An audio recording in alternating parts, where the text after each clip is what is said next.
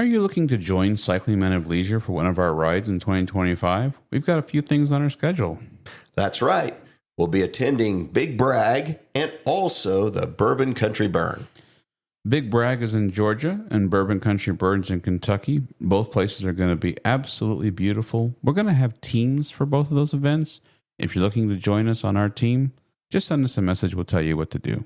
So come on out. It's going to be a good time. Absolutely.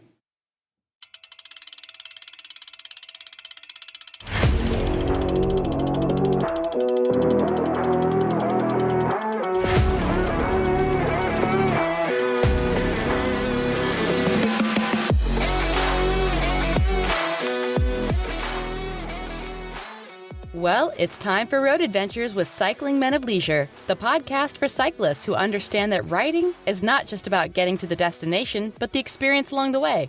Now, here are the original Cycling Men of Leisure, Adam and Michael. Hey, buddy. Good to see you here in the Zoom world again.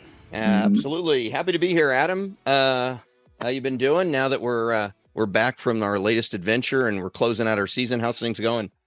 Good. Got the bike cleaned up. Got it put away. I did get all of the sweaters off the trainer, and I'm proud to tell you I have been on it. Well, you've been on it or you've used it, because getting on it doesn't count. Have you actually used it? Baby steps. Baby steps. I got on it and I updated it, and I'm ready to use it now.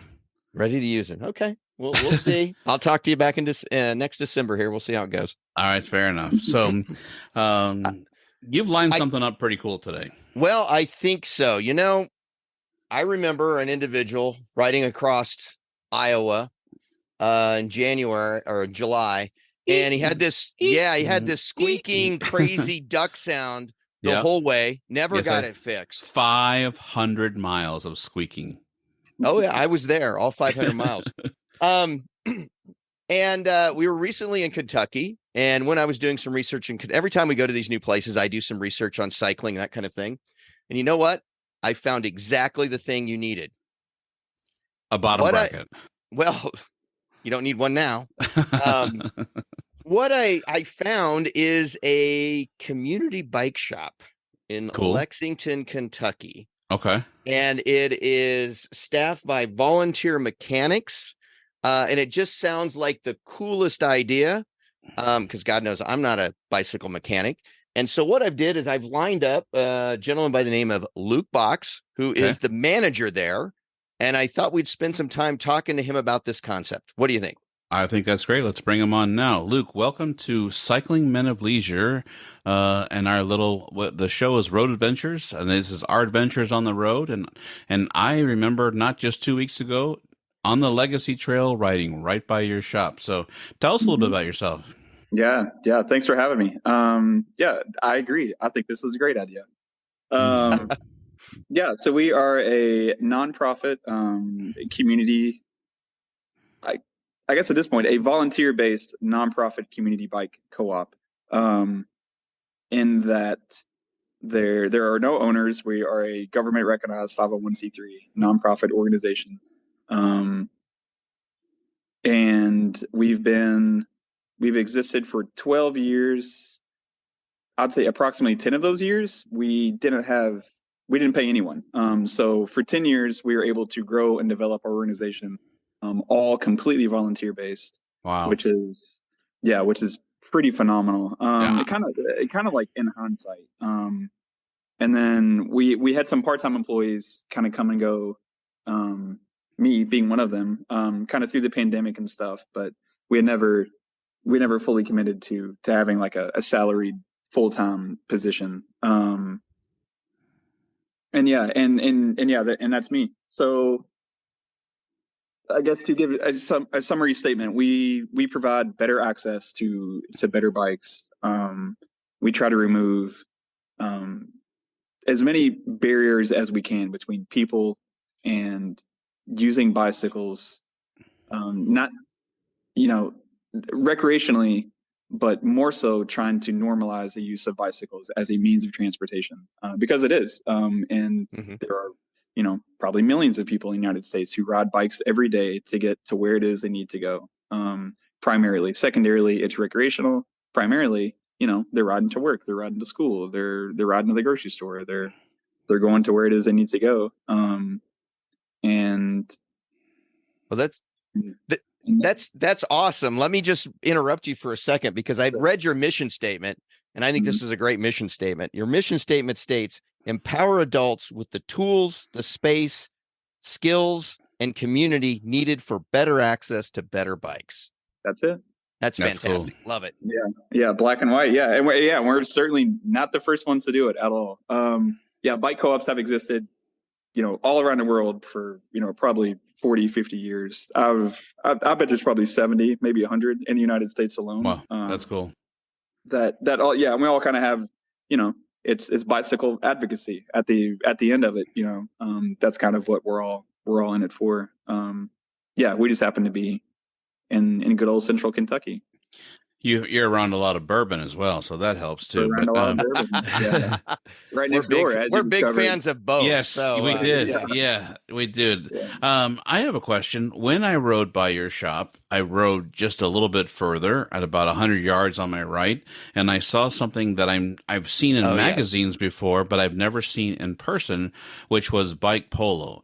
Is the Broke Spoke help out with that, involved with that, or is that just happens to be close to you, so if their bikes break they come and say, hey, help us? I guess there's no formal relationship, but there's a bit of overlap. Personally, I wish there was more, and it's my job to see to it that becomes the case. But no, basically it's like they obviously know that we're here, we know that they're there. Like that's cool. We help each other out as best we can. That was neat to see. It may be here. I mean, I'm from the Metro Detroit area. Bike polo may be in the area. I don't want to be dishonest. It is? Mm-hmm. Really? Yep. Okay. Yeah, I did not know that. That's cool. Yeah. Well, what I think is also important is and we were not out looking for your shop. It was Sunday morning, and we just thought we'd take a quick ride before we started heading home to our respective places. And we got on the Legacy Trail, and we're just riding, and then all of a sudden I'm like, hey, there's the place I've been telling you about, Adam, which I also think is interesting because your beautiful location, you've got on one side a brewery and on the other side a distillery. I'm sorry about that. It's got to be rough to be you, Luke. I mean, it's like having all those choices. So it's tough. I'm in the shop right now. It's a hard life. And I did notice on the bottle of Bluegrass, there it is, bourbon that I bought, they put special labels on it for the Bourbon Country Burn, but I also see Broke Spoke made the label too. So I thought that was pretty cool. We did. I actually I did a barrel tasting to help to choose that bourbon. That's cool. Me and a couple of the organizers from Bourbon Burn, who you may have met. I don't know. A couple of organizers and me and my buddy / board president Brad. We all met up a couple months ago and did a whole bourbon tasting. That's cool. You didn't get hand select that bourbon that you have there in your hand. Yeah, I got to taste that and thought it represented the mission, I guess. That's awesome. Well, Phil wasn't involved with that, was he? I don't think so. Phil Collins. No. Okay. I was just curious. Let me tell you, if your job becomes available, I'll move down to Kentucky and take over, because that sounds horrible job. You get to just work on bikes. People want you to taste some whiskey for, barrel selection. And you know what else is there, Michael? We're very, very close. A coffee shop. Oh yeah. I don't care. Luke, I would never trust a guy who doesn't drink coffee. And a brewery. So. I don't care about the coffee. Michael doesn't drink coffee, but that's okay. We still appreciate him. So let's talk about, if you don't mind. So you have volunteers that come in. So hypothetically, let's say my bike is broken and I follow your website and I go to the hours that you're open, and we'll let you talk about that. And then I come in and say, I have zero knowledge. I mean, because I know you have bike stands, but if I have zero knowledge, can I still get help?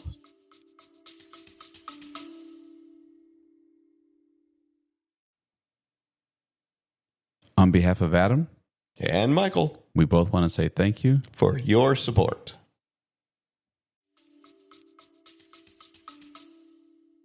For sure. Yeah. That happens all the time. That happened today. We were actually open. Yeah. So you come in, your brakes don't work. You don't know how to fix them. Come in the door. I'll be sitting right here to greet you. That's cool. And usually, yeah, I'll explain to people, if we have volunteer mechanics available, which we typically do, I'll go ahead and get you signed into our computer system. I explain that it's $8 an hour for what we call stand time. Stand time allows you access to the whole shop, basically. So you have all the tools, work stand, bike stand, all that kind of stuff, as well as the guidance of a certified trained mechanic. All of our mechanics go through basically have to pass a quiz, is what it is, and it's a pretty difficult quiz. So that like the person helping you like knows what they're doing. So yeah, you come in. If we have a certified mechanic available, we'll get you signed in. We'll explain the $8 an hour. If you have it, that's great. If not, we can worry about that later. Like, we're a nonprofit organization. We're not in this to make a lot of money. It's more important that we get you back out there on your bike. That's awesome. Yeah. It feels, yeah, it's fun to say that. It feels really good to explain that to people, because I guess fortunately and unfortunately, a large part of our clientele are people who don't have $8 an hour or $1 an hour. And we can comfortably say like, hey, like, we can sort this out later. Like, it's more important that you get on your bike and we can figure out how to pay for this stuff or whatever later on. Which we also have a whole volunteer opportunity to do as well. But in the event that we don't have a mechanic, it's very much a do-it-yourself kind of space, which is, Gotcha. something that we take pretty seriously. And we got all kinds of manuals and books, and you could hop on YouTube and that sort of stuff. But the idea is that we have all of the tools, we have all of the space that you could possibly need. That's if awesome. if you're willing to learn, and you have the time, you can do it. We want you here. We want you to do it. But we're not going to do it for you. We don't fix your bike. And I think that's actually better, because there was something like this when my father was in the Air Force at Scott Air Force Base. There was like a co-op shop that you could take your car in and do the same kind of thing, learn to fix your own car and things like that. So I'm familiar with that concept. As far as I'm concerned, from the bikes aspect, there's so many times that I've been. Michael and I enjoy doing these long statewide rides. There's like, he made it, he's not lying. In Iowa, like 20 miles in, my bike started making this squeak, and I kept taking it to different mechanics, and everyone kept telling me it wasn't the bottom bracket, that it was the brakes, and we kept trying different things. And luckily, I made it to the river, held my bike above my head, and when I got in, I took it into the shop, and within like 3 minutes, the guy's like, I think your bottom bracket's broken. And so we had a little fun on the show where we said, hey, why don't we guess? And people were texting me behind the scenes going, what's wrong with your bike? What's wrong with your bike? And my idea is that I want the bike fixed. I have to take it to a bike shop and have the mechanic then tear it apart, because I have no knowledge of how to do a bottom bracket. The idea that you have a co-op shop that I could come in and work with the mechanic and said, okay, well, this comes off, and I'm sure you have to torque at certain specifications, and to learn all of that, or which grease goes into a bottom bracket, that would just be awesome to be able to say, okay, here's what I think is wrong. Now I want you to do it. I'll come back and check on you in a little bit. I'm sure they're not standing there the whole time. They're probably helping out different people at different stands. So, but that to me, that is just an awesome idea. And do you have enough volunteer base where you have enough mechanics that you usually do have at least one mechanic there? Yeah. So I was thinking peak season, which is probably about a month, maybe a month and a half ago. Okay. Yeah. So Sundays are our busiest. I think at peak season, it got to the point where, Sunday, 2:00, we've got 8 stands, and we'll have 20, maybe 30 people in here. Wow. Wow. We'll have we'll have 5 or 6 volunteer mechanics who can only work on one bike at a time, So it's not so much that we don't have enough volunteer mechanics. A lot of times it's like, we just don't have the space. Like, we don't have, there is such a huge demand for what it is that we do, that a lot of the bottleneck is just a matter of space a lot of the times. Cause then we also have people in here volunteering at the same time. So it can get very busy. I think our volunteer base is pretty well covered. That's cool.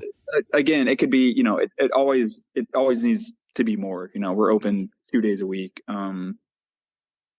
My job is to see to it that we're open as much as we possibly can. But for the time being, we can maintain at our current rate, but we need to increase the rate. Yeah. So on your website, I think it's important that I say this right now. If somebody is listening to this, they're living in the Lexington area or live close enough where they could help you out, you're not just looking for mechanics. I saw on your website, you're looking for greeters. You're looking for people who maybe can be carpenters, maybe fix something else, who maybe, cleaning or whatever. You're looking for any kind of volunteers, not just a mechanic. Yeah. Yeah. So Broke Spoke, the entire organization is all volunteer. I'm the only paid employee. The entire organization down to the board members are all volunteers. So yeah, if you could like imagine physically starting a bike shop and everything it entails, your sink gets clogged up. Like, who's going to fix that sink? A volunteer. Yeah. You need to paint a wall. Who's going to paint that wall? A volunteer. Yeah. Who's going to fix your light fixtures? Volunteers. Yeah. So it's not just there's so much more to all of this than just fixing bicycles. And yeah, we need help from people with a wild range of skill sets. Yeah, graphic designers, IT, construction. If you worked retail, if you have retail skills, yeah, you can work at front desk, sell merchandise, that sort of stuff. Yeah, there's so much more to this than just fixing bicycles. And speaking of retail, I understand that you also sell bikes. You don't just repair bikes. You sell bikes as well. Absolutely. Yeah. Okay. Yeah. So so that's a large part of our revenue, is bike sales. Yeah. So I'm looking around the shop here, like pointing at stuff, but all of all of the bicycles in our space, I bet we probably have 200, maybe 275 bikes in here right now. Yeah. All of the bikes that we have basically anything we've ever received was given to us, whether it's bicycles, bicycle parts, time, was all given to us. So yeah, people will give us bicycles. Our mechanics will repair these bikes at the same time, teaching other people how to repair these bikes. So you give Broke Spoke a bicycle, we're going to fix it. At the same time, we're going to teach someone, that's going to be a learning opportunity for someone as well. So we refurbish these bicycles, and do a pretty good job at it. I feel like that's another big part of my job, is being sure that these bikes are safe and respectable and bicycles that we can sell affordably to people who need these bikes to live their life. We don't sell department store bikes. We very rarely even try to repair them because it's just not worth it. That's not a tool. That's not something that I can give to someone and say like, hey, you can literally bank your life on this bike. Right. The people we're selling these bicycles to and the types of bikes that we're selling are tools that people need. It's like a car. They're primarily they are a tool for you to live your life. Secondarily, recreational. Is how that's awesome. Is how I have to kind of like frame it in my mind. So yeah, you can come in here and buy a used bike for anywhere from $75 to $200, $300, $400, $500. Wow. Sweet. Now, if I was in Lexington and I needed to take Adam's bike to get the bottom bracket fixed, which he was very slow in doing, can you make like a reservation, or is it just first come, first serve type situation? Yeah. So for now it's first come, first serve. Okay. There have been some other co-ops who have done like the reservation stuff, but I don't know. I guess we just haven't had a need to really do that yet. Okay. So yeah, it's basically just show up. And I tell people all the time, get here as early as possible, because Sunday at 1:00 when we open, it'll fill up. There can be 6 people standing right outside the door, backed up. Wow. Yeah. And then another thing I noticed is you also have ladies' night. Mm-hmm. That's awesome. Pretty much so. Yeah, our Women Fem Night, yeah, for sure. And that was 4 or 5 months ago. Yeah, and that's a huge part of our mission is to not only remove financial barriers for people, but social barriers. And the irony of being on the Cycle Men of Leisure podcast is that it's kind of good. It sort of frames the bicycle culture is predominantly it is male. It's male dominated, and it's not always a real comfortable space for women or for anyone in the LGBTQ community or any marginalized minority communities. A lot of times it's hard for them to feel welcome in spaces where there's not a lot of people like them there. I'd be remiss if I didn't tell you that we also do participate, and we also have Cycling Women of Leisure. And it's been, and believe it or not, our Facebook page for the ladies has a heck of a lot more followers than the men. So, and so we actually, and how that happened is we rode our bikes across Georgia with a ride called Bragg, Bicycle Ride Across Georgia. And their sales gimmick is if you get 10 people on your team, if you will, that they'll provide a free jersey for you. And so we had some ladies. We ended up having 26 people, and 2 of them were ladies. And they're like, listen, we love what you stand for. We love your show. We love what you're doing. Is there any way we can do anything for the women? And so Michael and I reached out to our logo design guy, and we said, we need something for ladies. And I need it like yesterday. And so he got us a thing that said Cycling Women of Leisure and used the same style of character. And so it's a lady and she's there. And so we were able to actually provide jerseys for the ladies that said Cycling Women of Leisure. So anyone who's picking up on this for the first time, just to be clear, we're not like male chauvinist pigs. We're both married men, and we welcome everybody. Absolutely. So, but and I didn't mean to like frame it in such a way. No. I just want to tell you, and that's kind of what we saw is, we did this, and it wasn't intended to slight anybody, but then we had a lot of women coming up and say, like Adam said, we really like what you're doing, but so that's why we started the women's side of things too. So because they showed up to the ride and there were 24 men and there were 2 women. This is a little weird. And the same thing for us, 98% of our volunteer base are all men. All of our, I wouldn't say all of our mechanics, we have wonderful women mechanics, but a majority of them are men. The cycling community at large in the United States is predominantly men. Sure. I mean, just like, let's talk about how we found you, which was Bourbon Country Burn. I mean, one night in camp, I mean, if you looked at camp and people standing around the fires and tasting the bourbon, there was more men there than there was women. I mean, you don't have to be blind to that fact. So I think it's great that you allow one night where women can feel comfortable, or the femme community can feel comfortable by coming in and feeling that they don't have to be like, oh, I have to compete. I can just ask my questions. So that's great. Yeah. Thank you. Yeah. And it has been a phenomenal success. Like I said, 3, maybe 4 months. And it's just been we've just had a lot of support from the community at large, and the people that show up. This has been something that we've needed to have done, 10 years ago when we started, and we tried a couple of times. And I think this is the longest we've been able to kind of like keep it going. Cool. But there's definitely been a huge support for it. Yeah. Like the first night we opened the door, like 20 people showed up, and it's like, oh, wow. Okay. There's a vacuum here. Yeah. Well, we have heard on rides, Adam, more than once from the ladies that have said, you know what, I wish I knew more about bicycle maintenance and bicycle mechanics. So I think that's great that you're offering that for, in kind of that safe space. So that's awesome.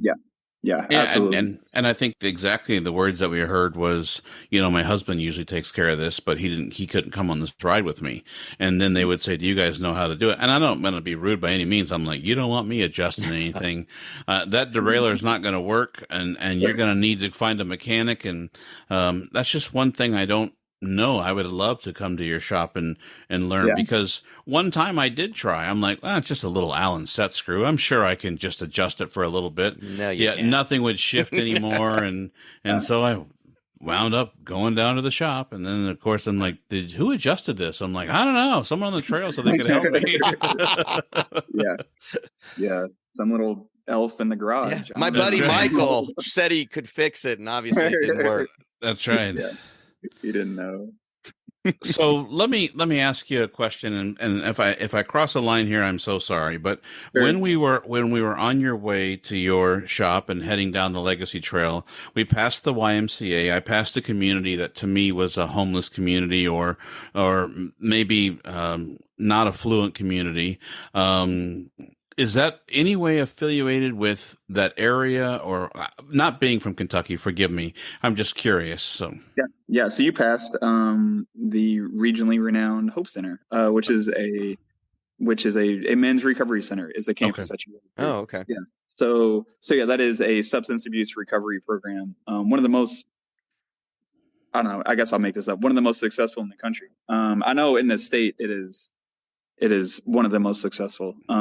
Also one of the most well funded. Yeah. So we don't have, when we built our shop here, like you said, that place that you passed is less than 1,000 feet from this shop. When we chose this spot, that was one of the reasons we set up here, is because we knew that was the community that needed our help. okay, Awesome. And we could be close to them. There was a bike trail that we knew was going to be built nearby. That bike trail connects to the recovery center. Yeah, I would say, I'd estimate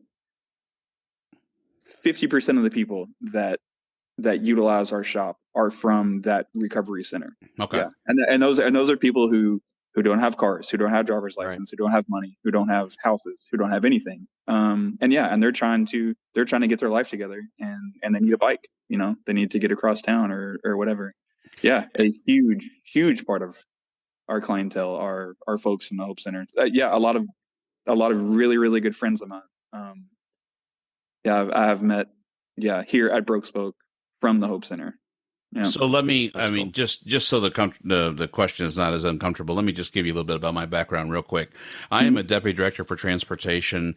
There are people who changed my life. The job that I work for, literally, I'm not kidding you, literally changed my life. I used to get in my little happy car, not think about anything, go to the store, do my life, live my life, do exactly what I wanted to do. And it wasn't until I'm working for the company that I'm working for now that the people that you transport on the bus and taking to places literally have no other way of transportation, no way of getting their groceries, no way of getting their things. And it was an eye-opening shocker the first Memorial Day, Labor Day, that here I'm thinking, hey, it's a holiday and I get to go spend time with my family. And then the next day when you go back and those people have no groceries and they're trying to get places. So I completely understand and respect what you're doing. I just kind of wanted to give you a little background of when you talk about the bike as a tool, trust me, I completely understand with the transportation, and especially in Michigan, December through February, it's hard to use a bike as a regular commuter transportation tool. And so I just kind of wanted to give you a little background. That's why I was just curious, because when we came through that area, so. Yeah, you get it. Yeah, transportation is, from a government standpoint, it's not a human right, but people have to get where they need to get to. They live in these cities and they live in these places, and they've got, they got to get to the grocery store, they got to get to work too. And there are social barriers that are built, and it makes it difficult to do those things. Absolutely. Cities aren't necessarily built with access to transportation in mind at all. No. Completely agree. Yeah, and people fall through the cracks. Yeah, all day long. Yep. Yeah, and you get it. Yeah, it's your job. I do, and that's my Monday through Friday. This podcast is just something I enjoy to do with Michael. But what about Lexington's weather? Forgive me, I've been there a couple of times, but what about during the winter? Can you commute on a bike more into the winter? And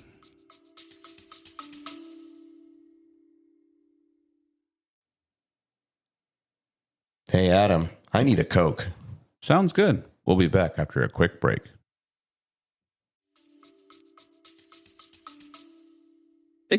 So we've got, it's pretty, Kentucky in general is kind of known for, it's pretty predictable. But there will be points in times when, you'll have like a winter vortex and it's negative 10 degrees for like a weekend or something like that.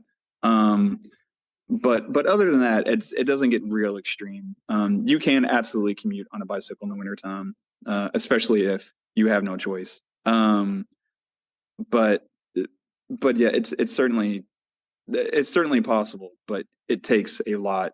It takes a lot of extra effort and a lot of extra money and time and things like that. But it certainly could be done. I'm sure it's of no comparison to Detroit or anything like that. Sure. But I'm the idiot who lives here. That's my own fault. But we probably average, I don't know, maybe 8 inches of snow like in a year, Oh, wow. Okay. So yeah, it's not too bad. There'll be times in a season where like we'll get an ice storm for a week or like I said, or a vortex or something like that. But for the most part, it's pretty predictable, I guess you could say. So you mentioned during COVID and stuff. I know that everyone's probably sick of talking about COVID, but I am curious about something. All the bike shops around here, they just clammed up during COVID. They said, we can't get parts, we can't get this, we can't get that. And I understand that you have a donation and things of that nature. Did COVID affect your mission due to the fact of parts and things like that? Right. So I wish I would have. I wish I would have.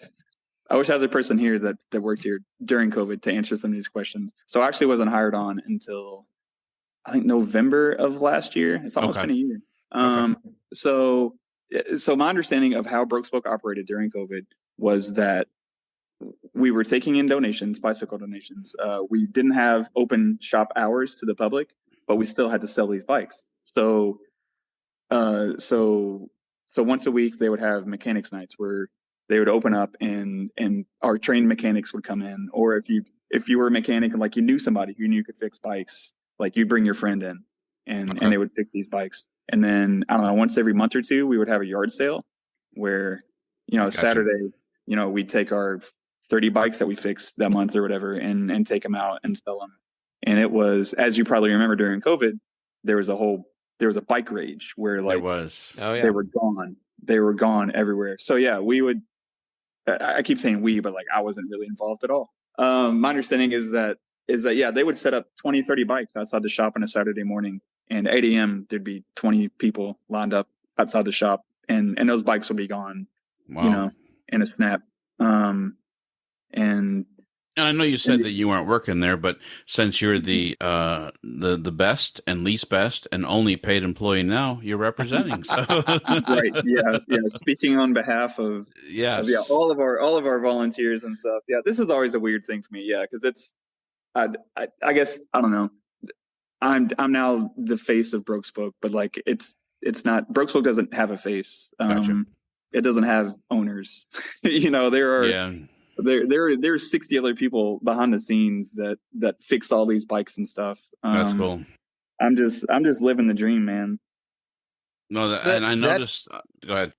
That brings up another question, Luke. How did you get involved with this?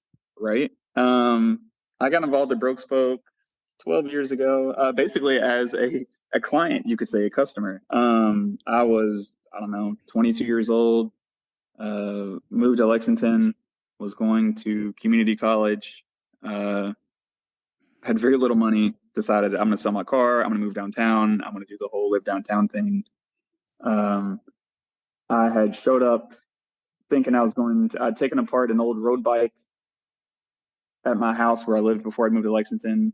Got to Lexington, found out I had no idea what I was doing, heard about Broke Spoke, walked in, with a bike frame on my shoulder and like and like a Kroger bag full of bike parts, and was like, hey, like I don't know. I took it apart somehow. I have no idea how this stuff goes back together. Which is, exactly what Broke Spoke was there for. Yeah, so that was wow. Dude, I don't know what year that was. But yeah, basically showed up as that demographic of people that Broke Spoke was there to serve. And got really into it. Yeah. And that's really cool. And it was awesome. Yeah.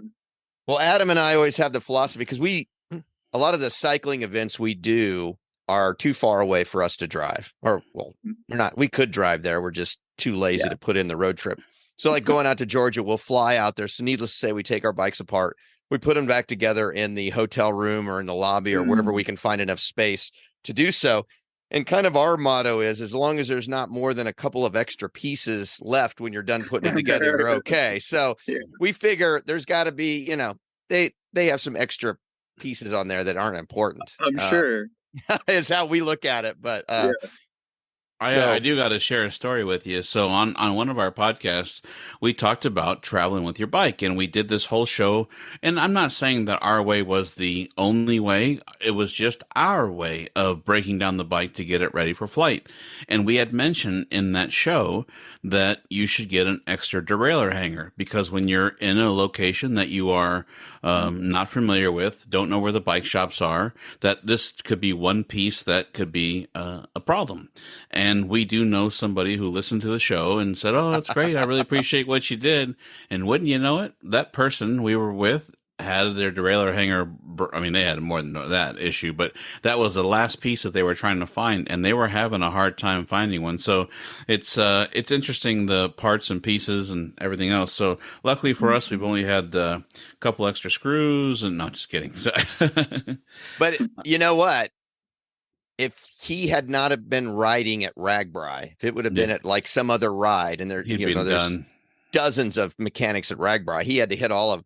Yeah, another ride, he would have been out for the rest of the week because he wouldn't have found that derailleur. Yeah. So yeah, derailleur hangers. Yeah, that's like hen's teeth. Yeah, you're gonna want to. Yeah, you probably got 2 in your pocket right now. Doesn't hurt. Again. Well, there's one in our travel box. I promise you there. That's right. And wherever we get, we're going. We put in our tool bag. Yep. So yeah, now you know. So okay, so we've established that Broke Spoke was started a little bit before you, kind of with you, along with you, and now you're back in this paid position.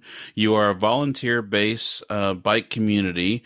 You welcome everybody, and you do offer certain nights, like such as the Ladies' Night or Fem Night, on the every third Tuesday of the month from 6 p.m. to 9 p.m. Is that correct? That's correct. Okay. And according to your website, your current hours, and if it's not the same, please stop me, but Sunday through Thursday, or Sunday and Thursday, right? Correct. Yes. Sunday and Thursday, 1 p.m. to 5 p.m. Stand time is $8 an hour. If someone comes in, they check in with you through a computer system, they kind of know that they're there. And if they can't pay that $8, you do have other volunteer-based items that they could provide for the shop to also help pay for their stand time if they are in that predicament. Yeah. So you can, yes, all of that is correct. And I'll take just a sec to kind of focus on the volunteer stuff. So you can come into the shop during those times, Sundays and Thursdays, 1 to 5, and you can volunteer. And you earn $10 an hour in what we call sweat equity, which is this shop credit. And then you can use that $10 an hour or however much you earn to pay for, your inner tube or whatever, or to pay for your derailleur hanger, or to buy a bike. You can use up to $100 of your earned credit towards the purchase of a bicycle. Oh, wow. That's really cool. Yeah. So yeah, that's, and the volunteer stuff is pretty simple. It's this, you just, at this juncture, at least, you just show up, and I'll find stuff for you to do. It's a big place. There's a billion parts and pieces laying around this place. There's always 5 or 10 things to do to kind of help us out around here. And it's sort of the, it's the ethos of, if you're willing to help yourself, like, we're willing to match you. And if you're willing to do a little bit of work, like, we're going to be right there with you, and be sure that, your time is worth something. If you're willing to put in the effort, we'll help you out.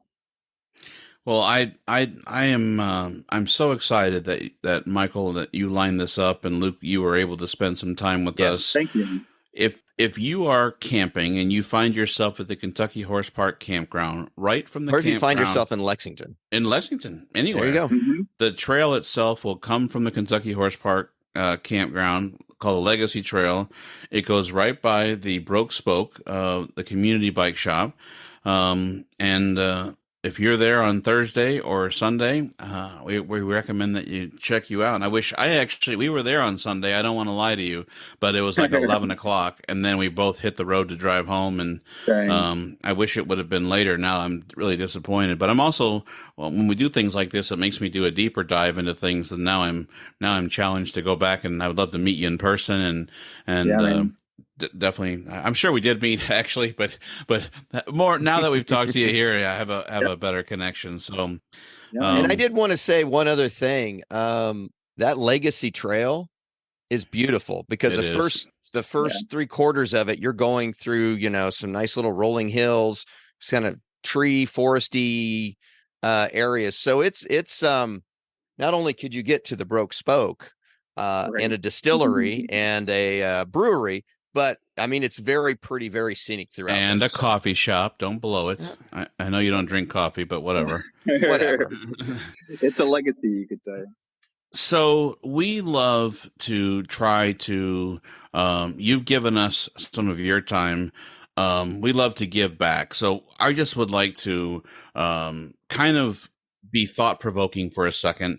And if anyone in Lexington, near or around the area, is thinking to themselves, I got a little extra time on Sunday. I got a little extra time on Thursday. Or maybe you're a lady and you think to yourself, I really wish I knew more about my bike. We would love to just kind of put out the challenge of anyone to come. Please donate your time at the Broke Spoke if you're in the area, and that's something that you could do. So yeah, I appreciate that. Stop in if you're in the area. Poke around on our Facebook or website or whatever. If you're not in the area, just check it out, read up about it a little bit. And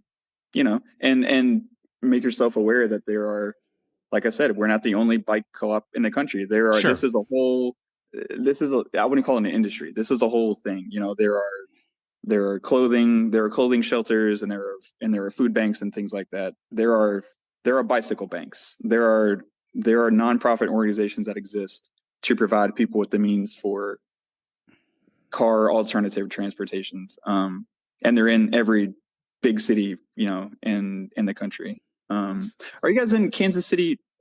We didn't clarify it earlier. Missouri? Are you guys in Kansas City, Missouri? I'm in Kansas. He's in Michigan. I'm right outside of Kansas City, Kansas. Oh, okay. Dang it. Okay. Is there one in Missouri? Because you asked me before, and I go, no, I don't think so. I haven't heard. But the longer we talk, I'm like, I really want to see. Is there one in the Kansas City, Missouri area? For sure. Yeah, I'm looking it up. Yeah. Shout out to the 816 Bicycle is the bicycle co-op in Kansas City, Missouri. I bet if you give me 1 second, let's see if there is a co-op in Kansas City. While he's looking at that, I'm going to give your website out, which is thebrokespoke.org. That's it. And so definitely check these guys out. Just a pretty cool thing. And I hate to admit this. I mean, I know you're saying that there are, 70 to 100 or whatever in the country.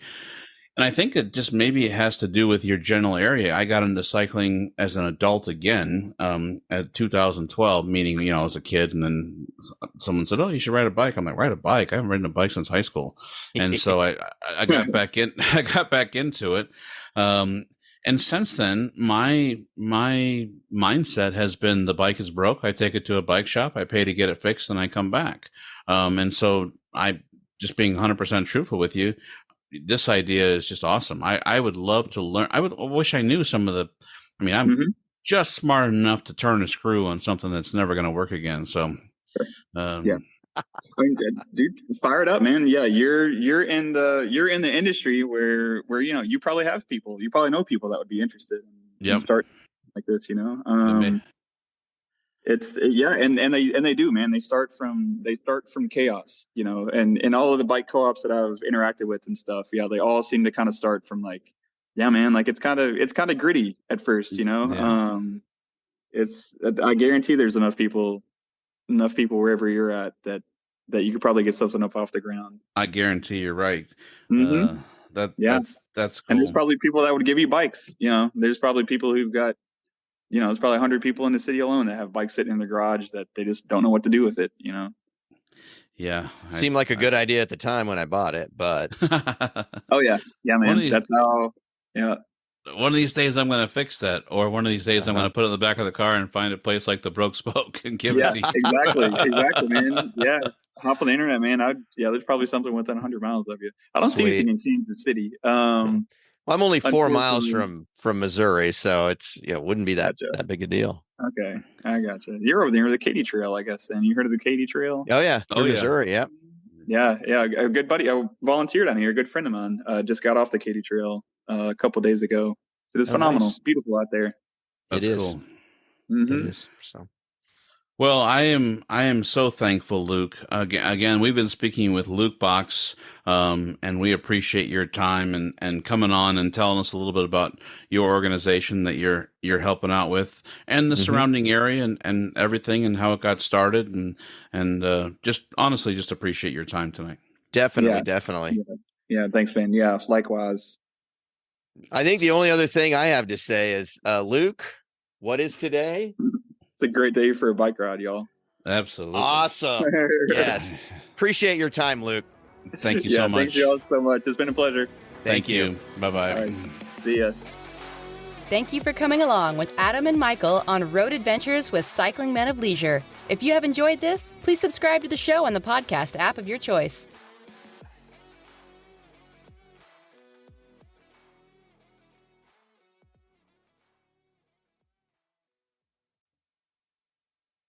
Hey, we just wanted to remind you that we've got some really cool products at our jersey and our swag store.